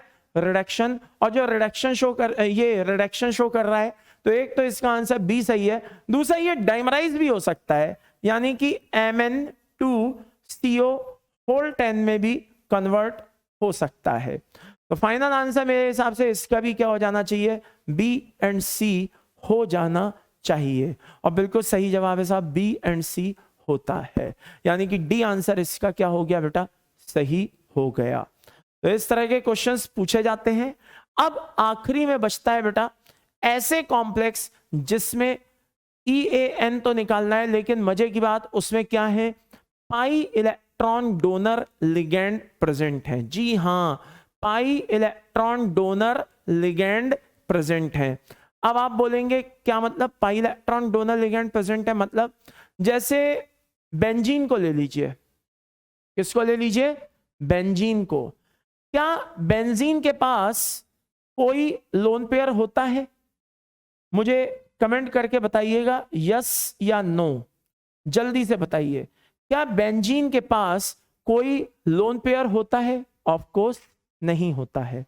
तो फिर ये लिगेंड क्यों होता है, तो ये लिगेंड इसलिए होता है क्योंकि अपने पाई इलेक्ट्रॉन डोनेट कर देता है किसको, CMA को। तो फिर ये लिगेंड क्यों होता है, क्योंकि ये अपने पाई इलेक्ट्रॉन डोनेट कर देता है, दे देता है किसको, CMA को। CMA को जब ये पाई इलेक्ट्रॉन दे देता है तो कितने पाई इलेक्ट्रॉन देगा, जितने यहां पे डीलोकेलाइज हो रहे होंगे, और इसको हम कहेंगे 6 पाई इलेक्ट्रॉन। यानी कि अगर मैं आपसे बोलूं कि एक बेंजीन किसी CMA को कितने इलेक्ट्रॉन देता है, तो 6 पाई इलेक्ट्रॉन देता है। आई रिपीट, एक बेंजीन किसी CMA को कितने इलेक्ट्रॉन देता है, तो भाई 6 इलेक्ट्रॉन्स देता है। बात समझ में आ गई। अच्छा, ये 6 इलेक्ट्रॉन कितने कार्बन के बीच में डीलोकेलाइज थे, ये 6 इलेक्ट्रॉन कितने कार्बन के बीच में डीलोकेलाइज थे, ऑब्वियसली सर 6 कार्बन के बीच में डीलोकेलाइज थे। तो जब हम नॉमेनक्लेचर में नाम लिखेंगे तो इसका नाम हम लिख देंगे ईटा 6 बेंजीन। जी हां, हम इसका नाम क्या लिख देंगे, ईटा 6 बेंजीन। अब आप बोलेंगे सर ये क्या है, देखिए पाई इलेक्ट्रॉन जो इस तरह से डोनेट कर रहा है, तो इसमें नाम में हमने क्या लगा दिया, ईटा लगा दिया। और ये 6 जो है वो बेसिकली 6 जो है वो 6 पाई इलेक्ट्रॉन नहीं है, 6 का मतलब यहां पे 6 कार्बन एटम से है, जिसको हम हेप्टासिटी कहते हैं। क्या कहते हैं बेटा, हेप्टासिटी। अब आप बोलेंगे सर हेप्टासिटी का मतलब क्या हुआ, हेप्टासिटी का मतलब होता है number of carbon atom in which pi electron cloud delocalise. मान लीजिए कि अगर किसी में 6 इलेक्ट्रॉन होते और वो 5 कार्बन के बीच में डीलोकेलाइज हो रहा होता, तो हम बोलते ईटा 5। मान लीजिए किसी में 6 इलेक्ट्रॉन होते, जस्ट इमेजिन, हाँ 4 इलेक्ट्रॉन होते या 2 इलेक्ट्रॉन होते, कितने भी इलेक्ट्रॉन होते, लेकिन वो कितने कार्बन के बीच में डीलोकेलाइज हो रहा है ये मैटर करता है। मान लीजिए कि एक एलाइल एग्जांपल लेता हूं, कौन सा लेता हूं बेटा, एलाइल। कहां गया, जस्ट अ सेकेंड, ये रहा।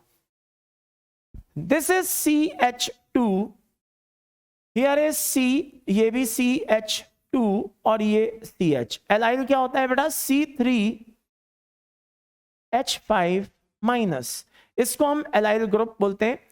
यहां पे ये जो है रेजोनेंस हो रहा है, यानी कि क्या हो रहा है बेटा, एक्चुअल में इसकी स्ट्रक्चर में ऐसे भी बना सकता हूं, CH2 double bond CH2 and here is minus.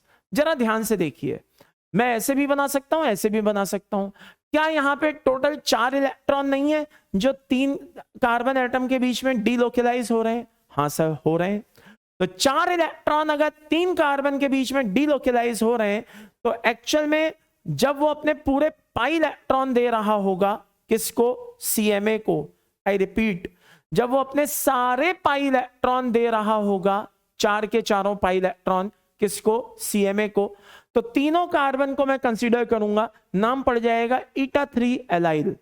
लेकिन अगर वो सिर्फ अपना एक ही कार्बन से अपना एक लोन पेयर दे रहा है, यहां पे तो कितने इलेक्ट्रॉन दे रहा है, 4 पाई इलेक्ट्रॉन, लेकिन यहां पे वो सिर्फ कितने दे रहा है, 2 इलेक्ट्रॉन दे रहा है, तो मैं उसको ईटा 1 एलाइल भी कह सकता हूं। तो बेसिकली हेप्टासिटी होती है बेटा कि कितने कार्बन एटम्स एसोसिएट हुए किससे, सीएमए से, और वो कार्बन एटम कौन से होते हैं, जिनमें पाई इलेक्ट्रॉन डीलोकेलाइज रहता है। ठीक है, तो ईटा 1 भी हो सकता है क्योंकि केवल एक कार्बन एसोसिएट है और 2 इलेक्ट्रॉन दे रहा है। ईटा 4 भी, ये ईटा 3 भी हो सकता है क्योंकि सारे पाई इलेक्ट्रॉन दे रहा है और जितने पाई इलेक्ट्रॉन वो दे रहा है वो 3 कार्बन के बीच में डीलोकेलाइज थे, इसे ईटा 3 भी हमने बोल दिया। तो कभी कभी हेप्टासिटी और number of pi electron same होते हैं, कभी कभी अलग भी होते हैं। अब जैसे मैं आपको एक और एग्जांपल दूं, साइक्लोब्यूटाडाइईन, यहां पे टोटल 4 कार्बन है और मजे की बात 4 ही पाई इलेक्ट्रॉन है, जो ये किसको दे रहे हैं बेटा, सीएमए को दे रहे हैं। तो bye the and summary is this, नाम क्या पड़ गया, ईटा 4 साइक्लोब्यूटाडाइईन। तो ईटा 4 इसलिए नहीं पड़ा कि ये 4 इलेक्ट्रॉन दे रहा है, ईटा 4 क्यों पड़ा कि ये 4 इलेक्ट्रॉन 4 कार्बन के बीच में डीलोकेलाइज थे, इसलिए इसका नाम ईटा 4 हमने बोला। और एग्जांपल देख लीजिए ताकि किसी तरह का डाउट ना रहे, साइक्लोपेंटाडाइइनाइल। साइक्लोपेंटाडाइइनाइल की अगर मैं बात करूं, ये कार्बन, ये हाइड्रोजन दिखाई दे रहा है, एक लोन पेयर यहां पे है और ये ऐसा है, हां या ना। अगर मैं देखूं तो ये सीएमए है और ये इसको इस तरह से लोन पेयर दे रहा है, नाम पड़ गया ईटा 1। लेकिन अगर मैं इस डायग्राम को ऐसे बनाता, लाइक दिस, और ये ऐसे बनाता और ये दिखा देता कि ये सारे इलेक्ट्रॉन दे रहा है, क्या कोई मुझे बताएगा कि एक साइक्लोपेंटाडाइइनाइल एक्चुअल में कितने इलेक्ट्रॉन सीएमए को दे रहा है? सेकंड केस में, इस केस में कितने इलेक्ट्रॉन वो एक्चुअल में दे रहा है? आप ऐसे देखिए कि टोटल कितने इलेक्ट्रॉन 5 कार्बन के बीच में, कितने पाई इलेक्ट्रॉन डीलोकेलाइज हैं, कितने पाई इलेक्ट्रॉन्स, आई रिपीट, कितने पाई इलेक्ट्रॉन्स इन पांचों के बीच में डीलोकेलाइज हैं? जल्दी से देखिए, very good very good very good. तो भाई साहब ये डीलोकेलाइज हैं टोटल 6 पाई इलेक्ट्रॉन्स, 2 तो ये दिखाई दे रहे हैं, 2 और 2 4, और एक ये लोन पेयर कौन गिनेगा, टोटल 6 हो गए, तो 6 पाई इलेक्ट्रॉन। लेकिन कितनों के बीच में डीलोकेलाइज है? 5 के बीच में, नाम पड़ गया ईटा 5 साइक्लोपेंटाडाइइनाइल, ईटा 5 साइक्लोपेंटाडाइइनाइल।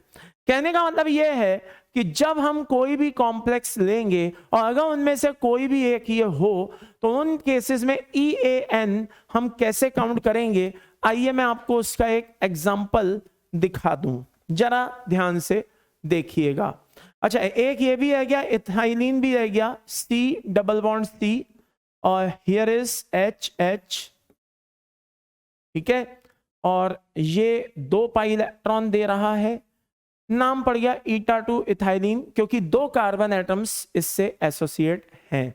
चलिए जैसे कि पहला बेंजीन का ही एग्जांपल ले लूं, आपने मे बी ये कंपाउंड देखा होगा, क्रोमियम C6, क्रोमियम, अच्छा C2H4 का भी एक एग्जांपल है, यस, दोनों एग्जांपल लिए लेते हैं और एक काम करते हैं, जरा ध्यान से देखना भाई, ये है हमारा जी सॉल्ट KPtCl3C2H4, ओके, लीजिए ध्यान से देखना भाई, प्लेटिनम EAN निकालना है, 78 एटॉमिक नंबर यही होता है, ऑक्सीडेशन +2 है तो यहां पे -2, एक क्लोरीन से 2 इलेक्ट्रॉन, 3 से 6, और ध्यान से देखिए ये C2H4 CMA को कितने इलेक्ट्रॉन दे रहा है? 2 पाई इलेक्ट्रॉन दे रहा है। ध्यान से देखिए ये CMA को कितने पाई इलेक्ट्रॉन दे रहा है? 2 पाई इलेक्ट्रॉन दे रहा है, तो यहां पे 2 काउंट होगा। फाइनल आंसर कितना होगा? 78 - 2 कर दीजिए, कितना बचा? 76 बचा, 6 ये ऐड कर दीजिए, 2 ये ऐड कर दीजिए, फाइनली कितना बचा? 84। यानी कि यहां पे जी सॉल्ट में इसका अगर मुझसे पूछा जाए कि भाई बताइए क्या होगा EAN, तो मैं बोलूंगा 84 होगा। इसी तरह से बेंजीन का एग्जांपल ले लेते हैं, chromium C6H6, okay, hold twice.